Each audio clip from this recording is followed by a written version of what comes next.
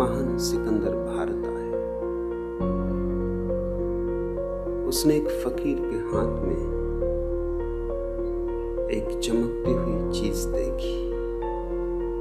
पूछा क्या है? वह फकीर बोला, बताऊंगा नहीं, बता नहीं सकूंगा। यह राज बताने का नहीं। लेकिन सिकंदर जिद पे अड़ गया। उसने कहा, हार मैंने माननी जीवन में कभी सीखी नहीं, जानकर रहूंगा। तो फकीर ने कहा, एक बात बता सकता हूं कि तुम्हारी सारी धन दौलत इस छोटी सी चीज के सामने कम वजन की है। सिकंदर ने तत्क्षण एक बहुत विशाल तराजू बुलाया और लूट का जो भी उसके पास सामान था, हीरे जवाहरात थे, सोना चांदी था, सब उस तराजू के एक पलवे पे चढ़ा दिया। और उस फकीर ने उस चमकदार छोटी सी चीज को दूसरे पलवे पे रख दिया। उसके रखते ही फकीर का पलवा नीचे बैठ गया और सिकंदर का पलवा ऊपर उठ गया, ऐसे कि जैसे खाली। सिकंदर किम करता हुआ बेहोश हो गया। झुका फकीर के चरणों और कहा, कुछ भी हो, नतमस्तक हूं, लेकिन राज मुझे कहो। फकीर ने कहा, राज कहना बहुत मुश्किल है, कहा नहीं जा सकता, इसलिए नहीं कह रहा हूं। लेकिन तुम झुके हो, इसलिए एक बात और बता देता हूं। एक चुटकी धूल उठाई रास्ते से और उस चमकदार चीज पर डाल दी, और न मालूम क्या हुआ कि फकीर का पलवा एकदम हल्का हो गया और ऊपर की तरफ उठने लगा, और सिकंदर का पलवा भारी हुआ है और नीचे बैठ गया। स्वभाव था सिकंदर तो और भी चकित हुआ। उसने कहा, यह मामला क्या है? तुम पहेलियों को और पहेलियां बना रहे हो और उलझा रहे हो। सीधी सादी बात है, कहना हो कह दो, न कहना हो न कहो। उस फकीर ने कहा, अब कह सकता हूं। अब तुम जिज्ञासा से पूछ रहे हो, अब जोर जबरदस्ती नहीं। यह कोई खास चीज नहीं, मनुष्य की आंख है। धूल पड़ जाए दो कौड़ी की, धूल हट जाए तो इससे बहुमूल्य और कुछ भी नहीं। सारी पृथ्वी का राज्य भी नहीं, सारी धन दौलत फीकी है। संबोधि का अर्थ होता है नरेंद्र, तुम्हारे भीतर की आंख। और कुछ ज्यादा कठिनाई की बात नहीं, थोड़ी सी धूल पड़ी, सपनों की धूल। धूल भी सच नहीं, विचारों की धूल, कल्पनाओं की धूल, कामनाओं की धूल। धूल भी कुछ वास्तविक नहीं, धुआं धुआं है, मगर उस धुएं ने तुम्हारे भीतर की आंख छिपा लिया। जैसे बादल आ जाएं और सूरज छिप जाए, बादल छट जाएं और सूरज प्रकट हो जाए। बस इतना ही अर्थ है संबोधि का। बादल छट जाएं और सूरज प्रकट हो जाए। तुम सूरज हो, बुद्धत्व तुम्हारा स्वभाव है, मगर खूब तुमने बादल अपने चारों तरफ सजा लिए। न मालूम कैसी कैसी कल्पनाओं के बादल, न मालूम कैसी कैसी कामनाओं के बादल, जिनका कोई मूल्य नहीं, जो कभी पूरे हुए नहीं, जो कभी पूरे होंगे नहीं। मगर तुम उस सब से घिरे हो जो नहीं है और नहीं होगा, और उससे चूक रहे हो जो है और जो सदा है और सदा रहेगा।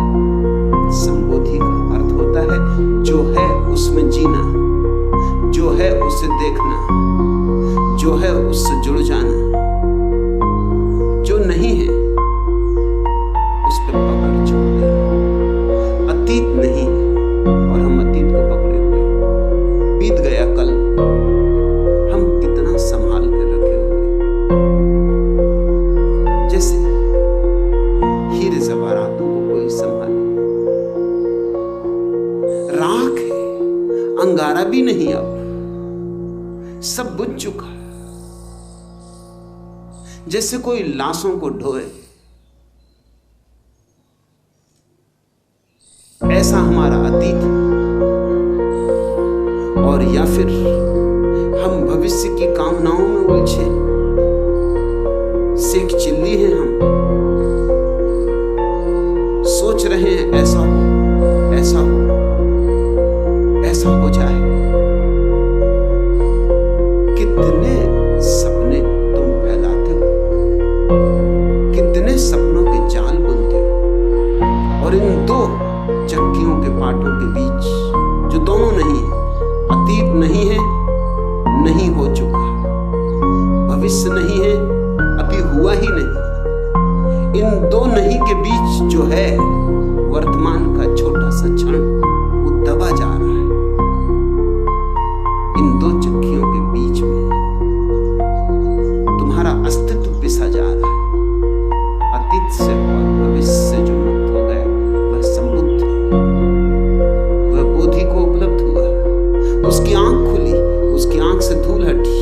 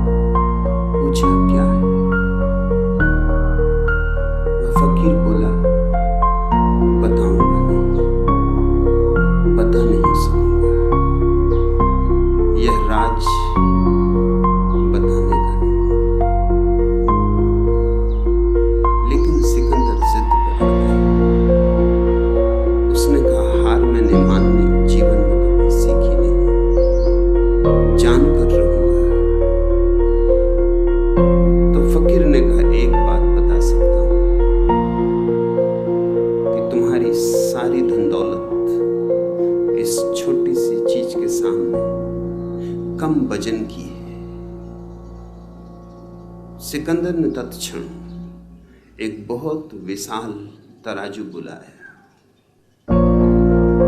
और लूट का जो भी उसके पास सामान था, हीरे जवाहरात थे, सोना चांदी था, सब उस तराजू के एक पलवे पर चढ़ा दिया। और उस फकीर ने उस चमकदार छोटी सी चीज को दूसरे पलवे पर रख दिया। उसके रखते ही फकीर का पलवा नीचे बैठ गया और सिकंदर का पलवा ऊपर उठ गया, ऐसे कि जैसे खाली। सिकंदर किम कर्तव्य विमूढ़ हो गया, झुका फकीर के चरणों और कहा, कुछ भी हो, नतमस्तक हूं, लेकिन राज मुझे कहो। फकीर ने कहा, राज कहना बहुत मुश्किल है, कहा नहीं जा सकता, इसलिए नहीं कह रहा हूं, लेकिन तुम झुके हो, इसलिए एक बात और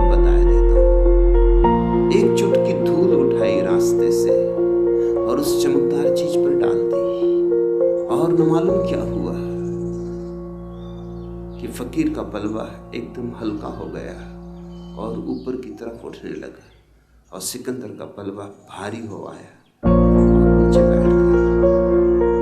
स्वभाव का सिकंदर तो और भी चकित हुआ। उसने कहा, ये मामला क्या है? तुम पहेलियों को और पहेलियां बना रहे हो और उलझा रहे हो। सीधी सादी बात है, कहना हो कह दो, न कहना हो न कहो। उस फकीर ने कहा, अब कह सकता हूं। अब तुम जिज्ञासा से पूछ रहे हो, अब जोर जबरदस्ती नहीं। यह कोई खास चीज नहीं, मनुष्य की आंख है। धूल पड़ जाए दो कौड़ी की, धूल हट जाए तो इससे बहुमूल्य और कुछ भी नहीं। सारी पृथ्वी का राज्य भी नहीं, सारी धन दौलत फीकी है।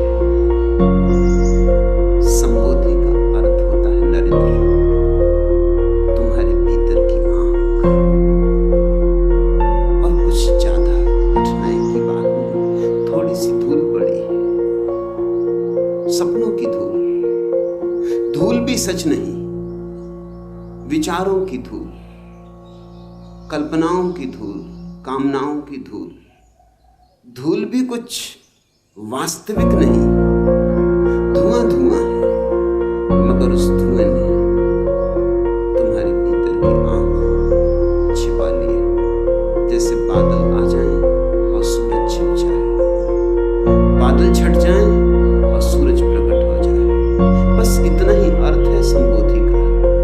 बादल छट जाएं और सूरज प्रकट हो जाए। तुम सूरज हो, बुद्धत्व तुम्हारा स्वभाव है, मगर खूब तुमने बादल अपने चारों तरफ सजा लिए। न मालूम कैसी कैसी कल्पनाओं के बादल, न मालूम कैसी कैसी कामनाओं के बादल, जिनका कोई मूल्य नहीं, जो कभी पूरे हुए नहीं, जो कभी पूरे होंगे नहीं। मगर तुम उस सब से घिरे हो जो नहीं है और नहीं होगा, और उससे चूक रहे हो जो है और जो सदा है और सदा रहेगा। संबोधि का अर्थ होता है जो है उसमें जीना, जो है उसे देखना, जो है उससे जुड़ जाना। जो नहीं है उस पे पकड़ छोड़ देना। अतीत नहीं है और हम अतीत को पकड़े हुए। बीत गया कल, हम कितना संभाल कर रखे हुए, जैसे हीरे जवाहरातों को कोई संभाले। राख है, अंगारा भी नहीं, अब सब बुझ चुका। जैसे कोई लाशों को ढोए, ऐसा हमारा अतीत है। और या फिर हम भविष्य की कामनाओं में उलझे, सेक चिल्ली हैं हम, सोच रहे हैं ऐसा हो, ऐसा हो, ऐसा हो जाए। कितने सपने तुम फैलाते हो, कितने सपनों के जाल बुनते हो, और इन दो चक्कियों के पाटों के बीच जो दोनों नहीं है, अतीत नहीं है, नहीं हो चुका, भविष्य नहीं है, अभी हुआ ही नहीं। इन दो नहीं के बीच जो है वर्तमान का छोटा सा क्षण, वो दबा जा रहा है। इन दो चक्कियों के बीच में तुम्हारा अस्तित्व पिसा जा रहा है। अतीत से और भविष्य से जो मुक्त हो गया वह संबुद्ध है, वह बोधि को उपलब्ध हुआ, उसकी आंख खुली, उसकी आंख से धूल हटी।